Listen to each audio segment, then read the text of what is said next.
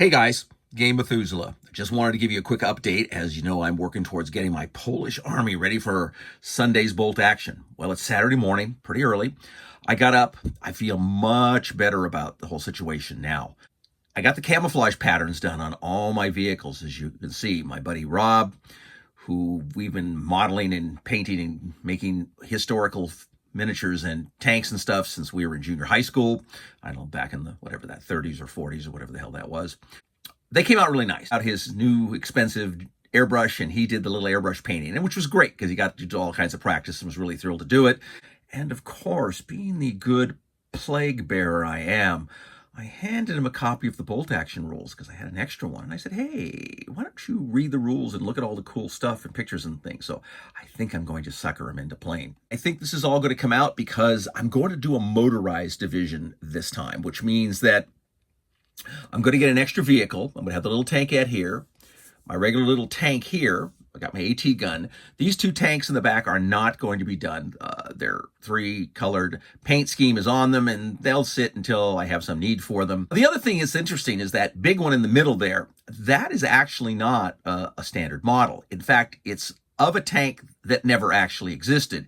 That's a TP-14, which was a Polish medium tank that was on the drawing boards and maybe in prototype form when the Poles were invaded. It never saw a battle, and I'm not even sure a prototype actually was ever produced, but I thought it would be really neat so I could run later war Polish forces and have a tank that would be equivalent to something that would exist, say, in like 41, 42.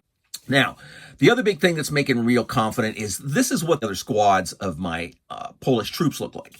And they're in their basic uniforms, which, as you can see, means they have their backpacks and bedrolls and haversacks and all the junk they carry.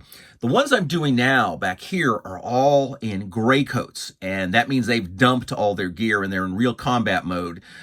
So there's a lot less to paint. So all of that means it'll likely get done.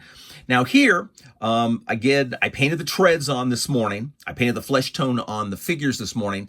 And the next thing I'm going to do with the vehicles is basically do my rub and buff. For those of you who've seen my video on rub and buff, the great thing about it is it's this sort of metallic material that you basically put on, but it works out really good. If you see the end of the little anti-tank gun, you'll see that it's got a kind of metallic sheen to it. That's because I rub and buffed it just to take a look at it. I will lightly rub and buff all these guys a little bit. It'll bring out the rivet details. Up on the deck parts and where their hatches are, I'll put a little bit more on so it'll simulate, people climbing on it or getting in and out of the items. The rest I won't weather heavily like I might if it was like a German tank or something.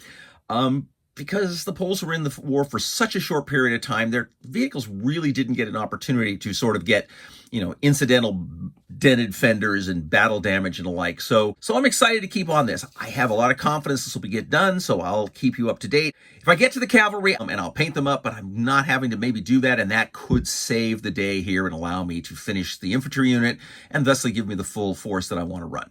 So just give you an idea of how things get done as you're putting together an army. This is, again, we're doing this speed paint, and as soon as I put the camera down and send this video out, we'll be on to the green uniforms.